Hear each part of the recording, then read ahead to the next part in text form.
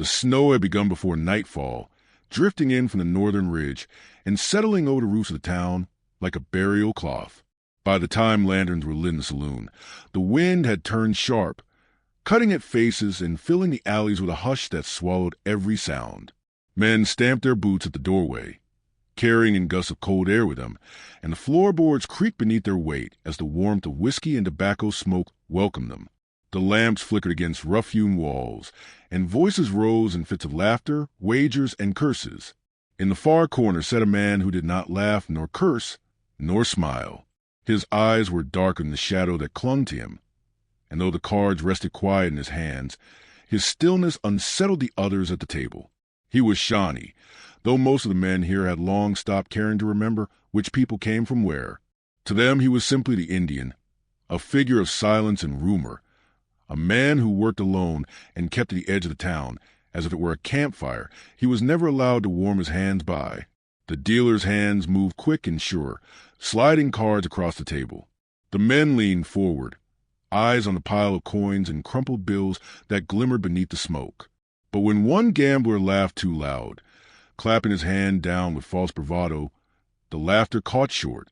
It was not the warrior who had silenced him, for he had not spoken a word, but the weight of the moment, the awareness of what lay at stake tonight. For at the far side of the saloon, 3 figures sat together, small and rigid. They were young women, foreign to these parts, their dresses of silk too thin for weather, their shawls drawn tight around their shoulders. Their dark hair gleamed like polished ink beneath the lamplight, and their eyes darted from man to man with the nervous quickness of creatures caught in a trap. They had been brought west on promises and schemes, traded like coin through smoky rooms such as this. Now they sat, shivering, awaiting the outcome of a game they had no hand in. The final bet was placed with a clatter of coin, and the silence deepened as cards were shown. Groans, curses, the scrape of chairs. Then came the murmurs, soft at first, then rising, like wind building through the pines. The Shawnee had won. Not just the money, not just the pride of the table. He had won them. The 3 girls. Men muttered their disbelief, half in jest, half in malice. One spat tobacco juice into the stove and sneered. Well, they'll be warmer out in that cabin than freezing in the alley. Another snorted. He won't need a chop with no more. Got 3 pairs of hands for that. The laughter that followed was brittle, edged with cruelty. The girls did not laugh. They sat frozen, their breaths shallow, their eyes cast downward as though the wooden floor might open and swallow them whole. When the warrior rose from his chair, pushing it back with measured scrape, they flinched. He gathered his winnings without a word, sliding coins into a pouch, and then gestured for them to follow. His voice, low and rough with years of silence, carried only 2 words. Come, now. The snow struck them hard as they stepped into the night, stinging their cheeks, catching in their lashes. The street lay quiet, lamps glowing faintly behind frosted windows, while the wind swept trails of white across the ground.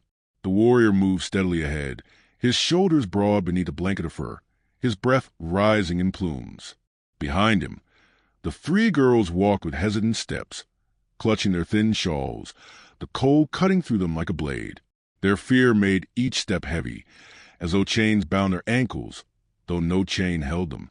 The trail to his cabin wound past the edge of town, across a frozen stream that cracked faintly under their weight. The snow deepened, and the silence grew so complete that their own breathing seemed too loud. They did not speak. Their voices, if lifted now, would scatter like frightened birds in storm.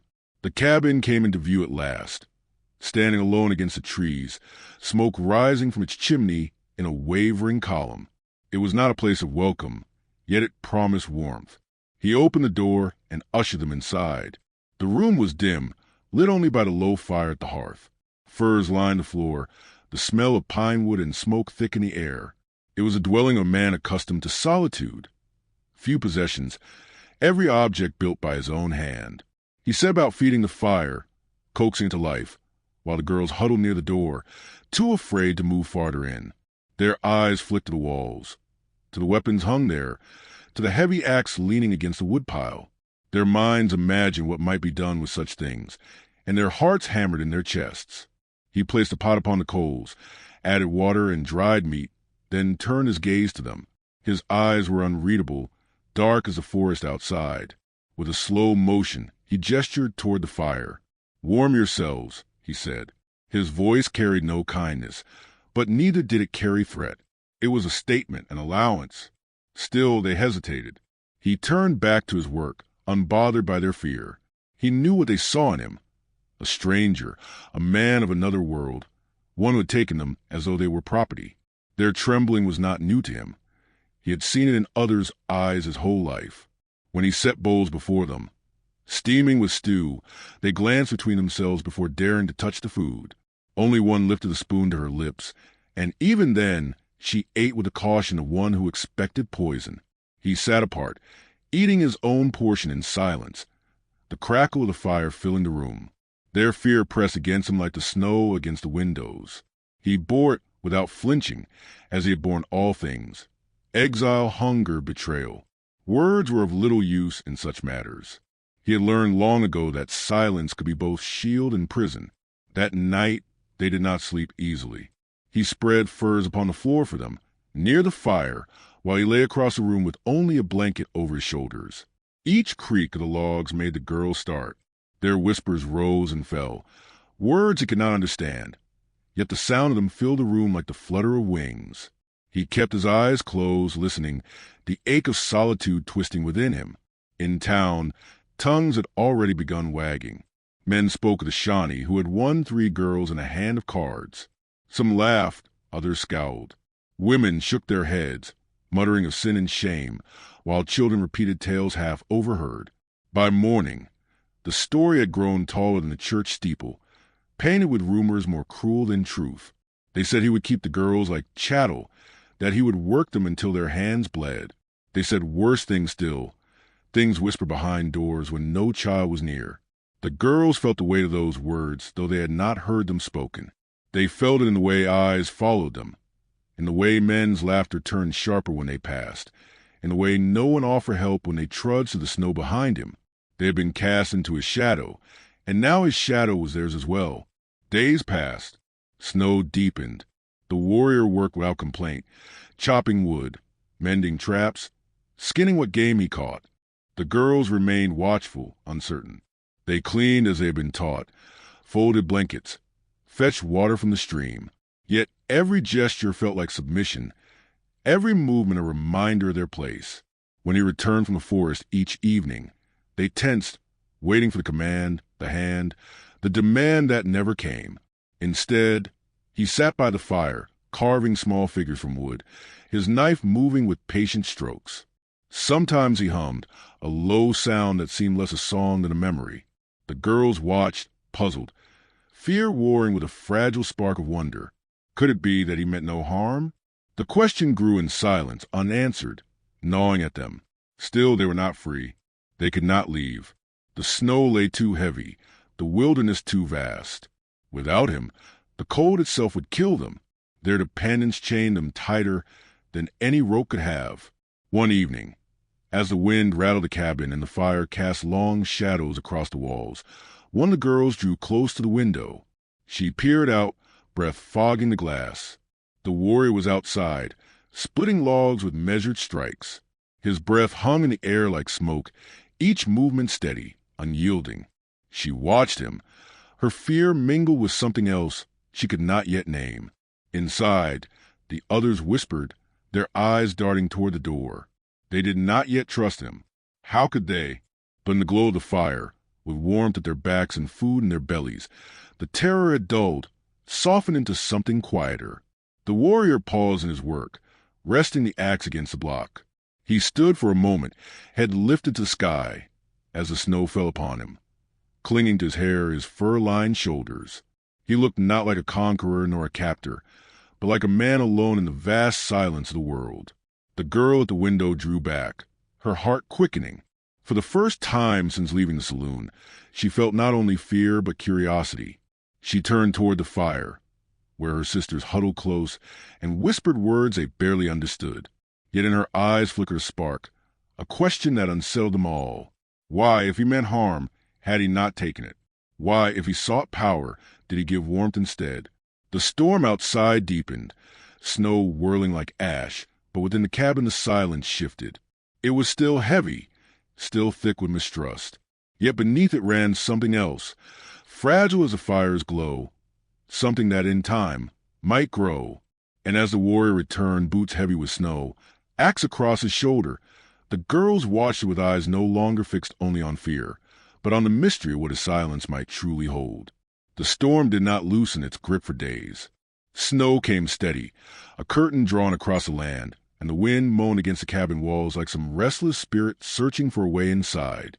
Within, the fire was the only light, its glow flickering across rough beams and casting the faces of the three girls in shades of gold and shadow. They remained huddled near the hearth, wrapped in borrowed blankets, whispering in tones so soft they might have been a murmur of leaves in a faraway grove. The warrior moved about the cabin with the same quiet rhythm as the storm outside. He tended the fire, mended snares, set a pot to simmer with venison and herbs, and never pressed himself upon them.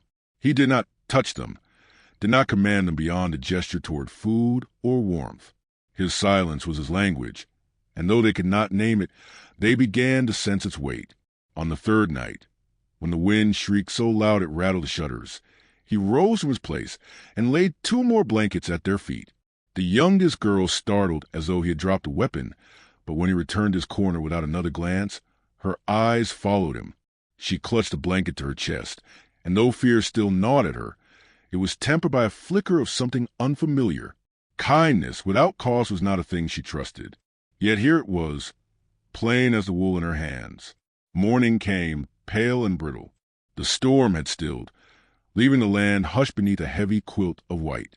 The girls stepped outside for the first time since that night in the saloon, their breaths rising in the frozen air. They sank to their knees to scoop the snow, cold biting their skin, laughter rising unbidden from one of them. It was soft, quickly stifled, but it was laughter still. The warrior watched from the woodpile, his axe sinking into block, and for an instant his eyes softened. He said nothing, but when he returned inside later, he left their shoes by the fire, repaired with careful stitches, so they might walk without pain. The change was small, almost invisible, but it had begun. The girls still whispered among themselves at night, wondering what his silence concealed, but their words no longer trembled so fiercely. He remained a riddle, yet one that offered bread, warmth, and space to breathe. Each gesture unsettled their fears, not with sudden revelation but with slow erosion, as river water wears away stone. When one of them fell ill, a fever rising, her skin damp and burning, the others wept, certain the end was near. They had seen sickness before and how it carried away the young and weak with cruel swiftness. But the warrior did not falter. He gathered herbs from a pouch, brewed a bitter draught, and cooled her brow with cloth dipped in melted snow. Through the long night he sat beside her, his figure bent by the firelight, eyes half closed yet always watching. The other two saw this through their fear-blurred vision, their bodies pressed together on the floor, and something inside them shifted again. By dawn, the fever broke. The girl stirred, breathing steady once more, her skin no longer blazing with heat. Relief washed over them, and though their gratitude could not find words in his tongue, it lingered in the way their eyes softened when they looked at him. One, trembling, whispered, "Thank you," in halting English. He only inclined his head, his face unreadable, but his hand still upon the wooden figure he had been carving. And for the first time, he allowed himself a quiet exhale that was almost a sigh of release. Yet the world outside the cabin walls had not softened. Gossip festered in town like rot beneath snow. Men muttered that the Shawnee had taken the girls as slaves, that he used them for his own dark pleasures. Others scoffed that he was too proud to sell them, that he kept them to mock the white men who had always kept him at the edge of things. Women whispered pity for the girls. Pity edged with suspicion, and children carried the tales home like sparks caught on the wind. The story grew, and though the girls could not understand every word when they walked through the street beside him, they felt the sting of judgment in the stares that followed. The warrior heard it, too. The murmurs met him at the blacksmith's forge, at the trading post, at the edge of the saloon. He bore them as he had always borne such things, with silence. Yet this time, the silence was heavier, For now it was not only his dignity, but theirs that bore the weight of scorn. The girls walked with eyes lowered, hands clasped tight, each step marked by shame they had not earned.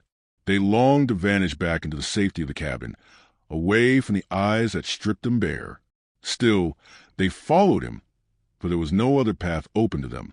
The world beyond his shadow was colder still, and they had come to know that he would not let them starve. One evening, when they returned, he set a small object upon the table, a wooden comb, carved with delicate care, its teeth polished smooth.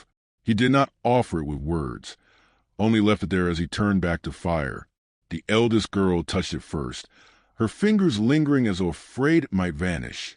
She lifted it to her hair, and though her hands trembled, she drew it through the strands slowly, carefully. The others watched, and when the warrior looked up from the fire, he saw them seated close, heads bent together, the comb passing between them like a fragile thread binding their lives. Something like warmth stirred in the room that night, not from the fire alone, but from a fragile bond beginning to take root. It was not trust yet, not fully.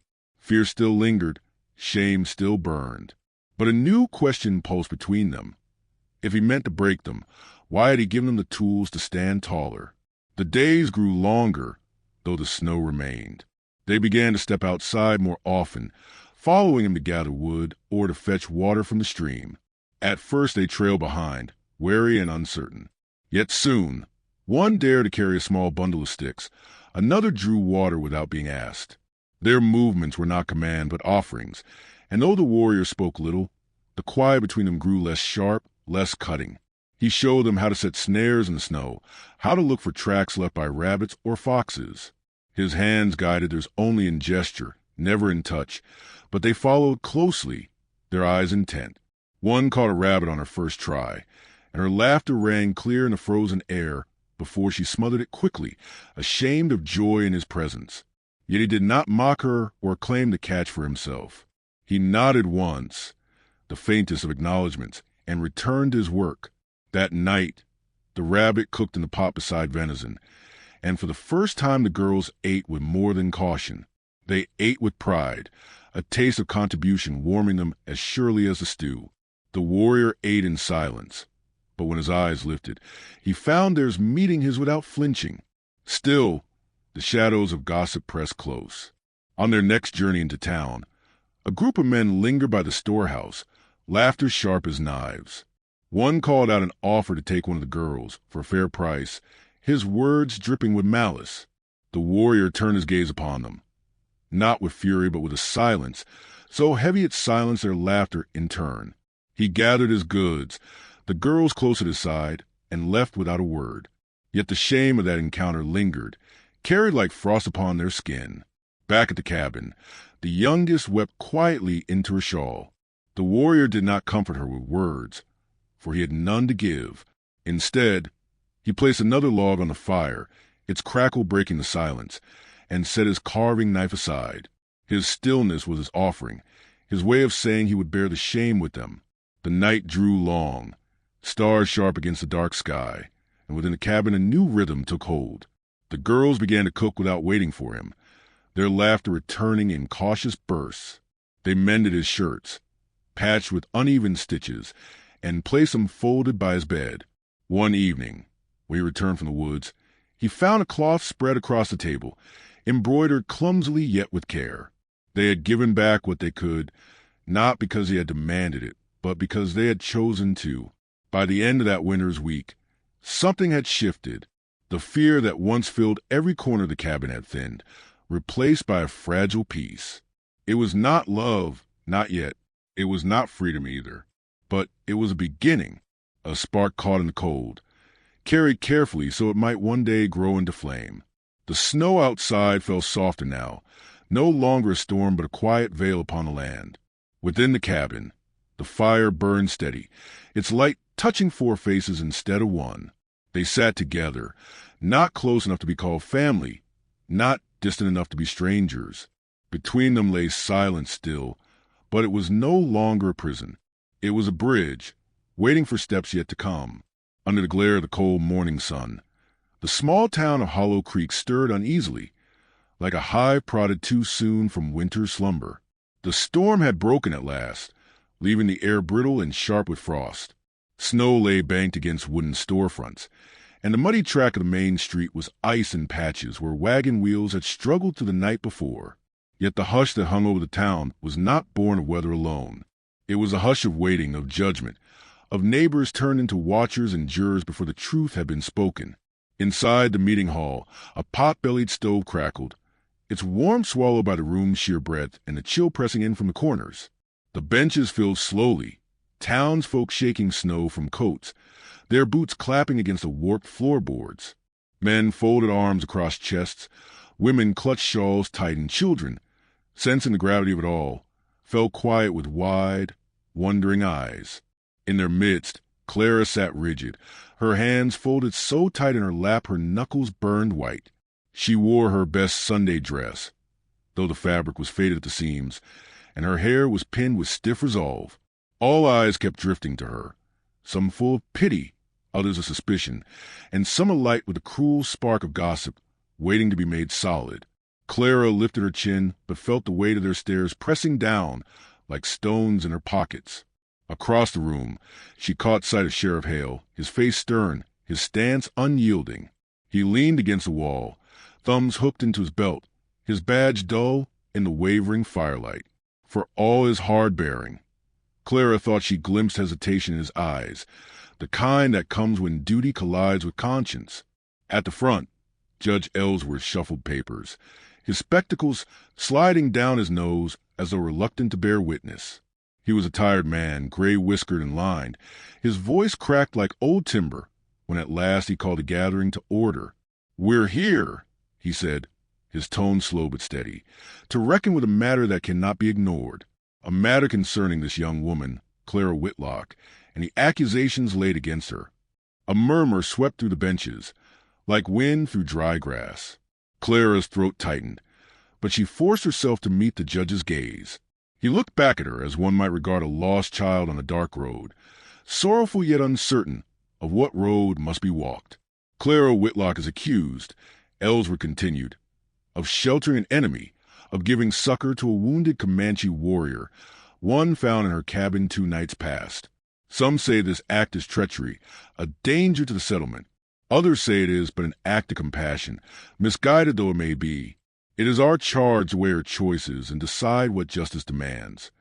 The murmurs thickened, voices rising and falling with judgment sharp as frost. Clara heard her name hiss more than once, and the word traitor slipped like a dagger through the crowd. Her heart pounded, but she did not waver, even as Sheriff Hale stepped forward and nodded for the judge's leave to speak. "I found him there," the sheriff said, voice clipped. "The Comanche, half frozen and bleeding from a bullet.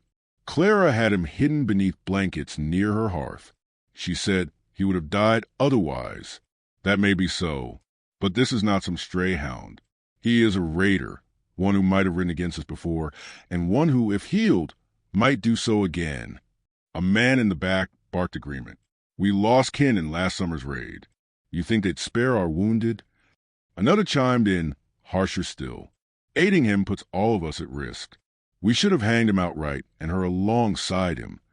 Gasps rippled, though none challenged the venom. Clara's chest burned with indignation. She rose before fear could hold her down. Her voice, though trembling at first, gathered strength as it carried across the room.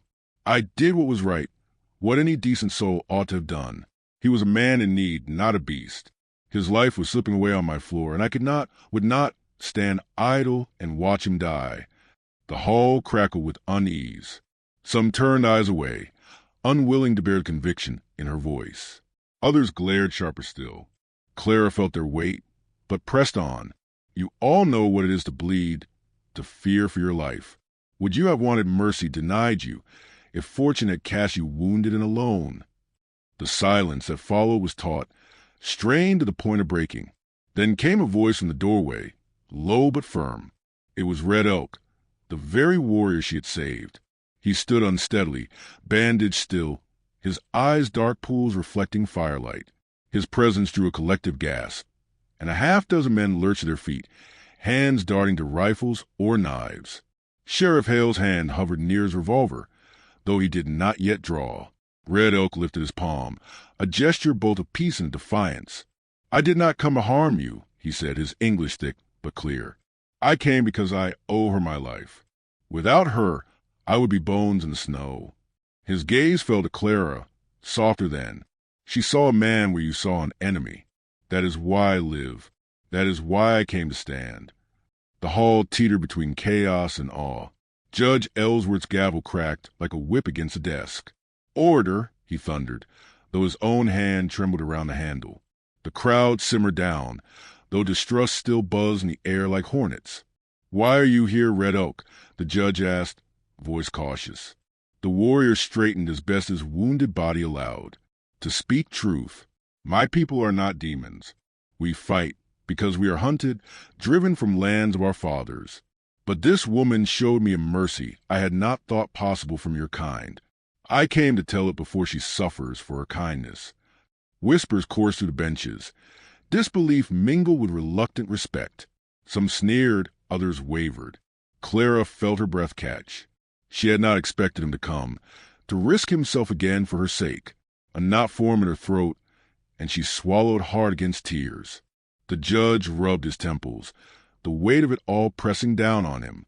This town must decide whether to treat compassion as a crime. He muttered more to himself than to any other. Then louder, "We will recess until sundown. Let tempers cool, and mayhap reason take root." The gavel fell once more, and the crowd dispersed in uneasy clusters, voices hushed but sharp. Clara remained seated, the strength drained from her limbs, until Sheriff Hale approached. His jaw was taut, his eyes shadowed by doubt. "You've put yourself in the middle of a storm, Clara," he said quietly. "And storms don't care who's right. They tear down all in their path." She met his gaze steadily. "Then let it tear if it must. I will not call mercy a sin." Hale studied her for a long moment, then gave a slight nod, as though conceding she was braver than most. He turned and left her to her thoughts, though she saw his hand tighten on the brim of his hat before he went. As the sun fell, lanterns flared to life across Hollow Creek, casting long shadows over snow and mud alike. The townsfolk gathered once more in the hall, their breath fogging the chill air, their eyes hard with anticipation. Judgment was coming, and all knew it would shape not only Clara's fate, but the soul of the town itself.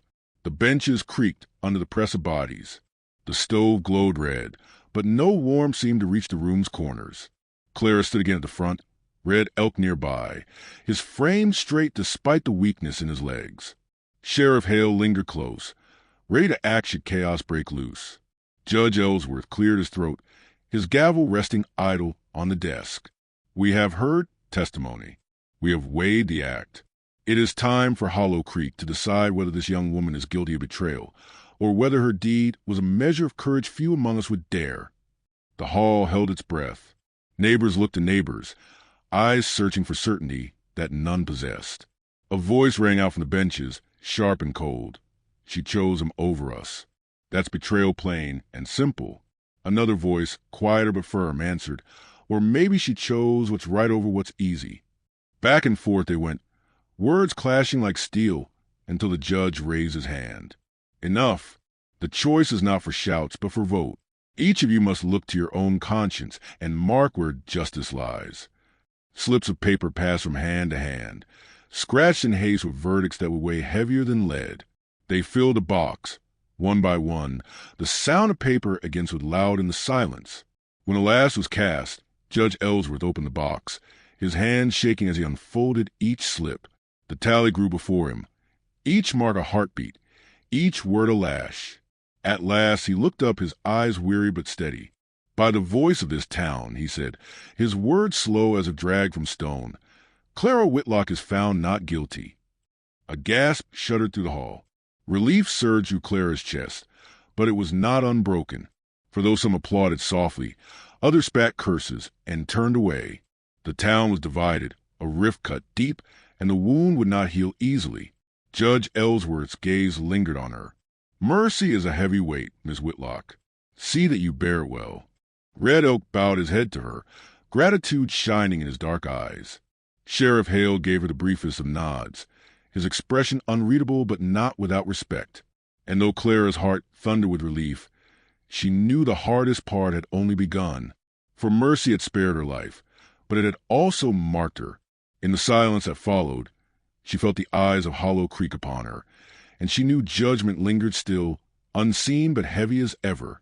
The fire cracked low in the pit, its embers glowing like a heartbeat in the gathering dark. Beyond the circle of flame, the prairie stretched silent under a wide shawl of stars, the night carrying a chill that bit deep into the bone. Iron Wolf sat with his shoulders squared, his eyes fixed on the blaze as though the flames themselves held the answers to questions no man could ask aloud. Beside him, the three girls lingered close together, their faces bathed in firelight, their silence carrying the weight of all that had passed since fate had bound their lives to his. They had traveled days together, and the mistrust that once hung thick as smoke between them had thinned, though not disappeared. May, the eldest, with her solemn dark eyes, still watched Iron Wolf as if gauging whether he was man or storm, protector or predator. Ling, quiet and slight, held her sister's hand like a child grasping a lifeline, though she was near grown. And Hua, the youngest with fire in her spirit, studied him boldly, her chin lifted, unwilling to bow even to a man who had won her freedom or her chains, in a crooked game of chance. The poker game seemed a lifetime ago, though it had been mere weeks. A table stained with whiskey and sweat, men laughing like hyenas as the cards fell, and Iron Wolf standing alone when the dust cleared, 3 human lives handed to him as though they were tokens. He had not wanted them, nor had he planned the burden. Yet here they were, flesh, fear, and hope, looking to him with questions he had no right to answer. Now, under the fire's glow, the truth pressed heavy on them all. "You still fear me," Iron Wolf said at last, his voice deep as a drumbeat. He did not turn his head to them, only spoke into the air as though confessing to the wind. "I see it in your eyes." May drew a slow breath, the firelight glinting on the dampness that welled there. "Fear keeps us alive," she said, her words carrying the cadence of both defiance and sorrow. "But it is not the only thing. We do not understand you. One moment you are stone, the next you are kind. We do not know which man you are." Iron Wolf's jaw tightened, the sinew in his neck standing taut. He thought of the faces of his people, of the children starved from the white man's hunger, of his father cut down before his eyes. Mercy had not been a gift he had been given. Mercy was a weight he carried alone, because to show it was to bleed in a land that respected only steel. "I am both," he said finally, turning his eyes to May. The fire painted his face in shadow and scarlet light, a mask of contradictions. Stone and kind. A man cannot live in this world if he is only one. "Hua," her voice sharp with the impatience of youth, broke in. "Then tell us why you keep us. If you are not cruel, if you're not like the others, why not let us go? Why drag us across this wilderness with no promise but the next night's fire?" Her words pierced the silence like a blade, and Ling flinched, clutching her sister's hand tighter. But Iron Wolf did not strike back with anger, though fire stirred in his chest. Instead, he looked at the girl as if seeing her for first time, not as a burden, but as a spark. "You think I hold you here?" he said, his voice quiet but edged with steel. "I do not. You could walk tomorrow, and I would not stop you. But the plains are crueler than I. The men who put you in that game still ride, and they would not give chase to me. They would hunt you. I keep you not as slaves, but because the world outside this fire would eat you alive." The girls exchanged glances, May's lips trembling with words unsaid. The truth of his voice was heavy, and they felt it. Yet truth alone was not enough to lift the chain of fear. The fire popped, sending a spray of sparks skyward. Iron Wolf rose, tall and imposing, his shadow stretching across the earth.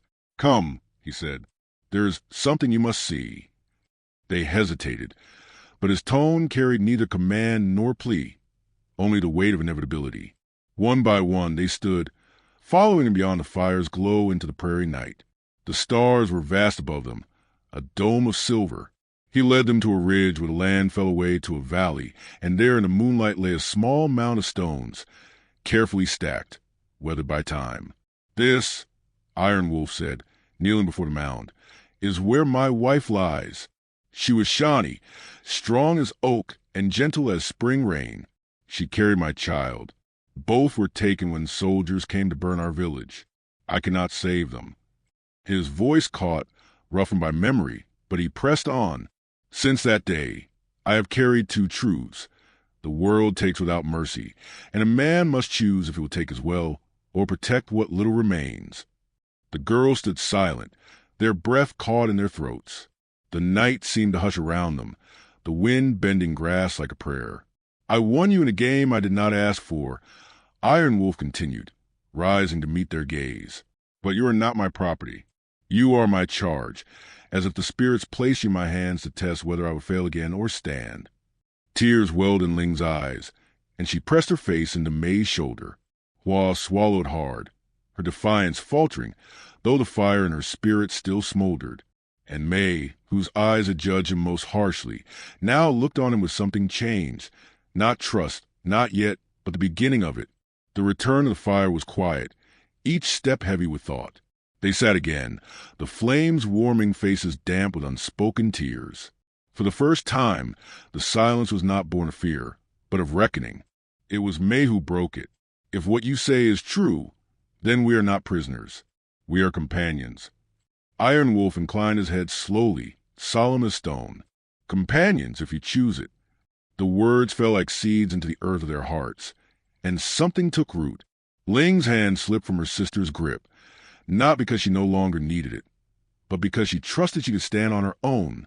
Hua, restless and fiery, stared into the flames with a new unease, not of Iron Wolf, but the future's unknown road.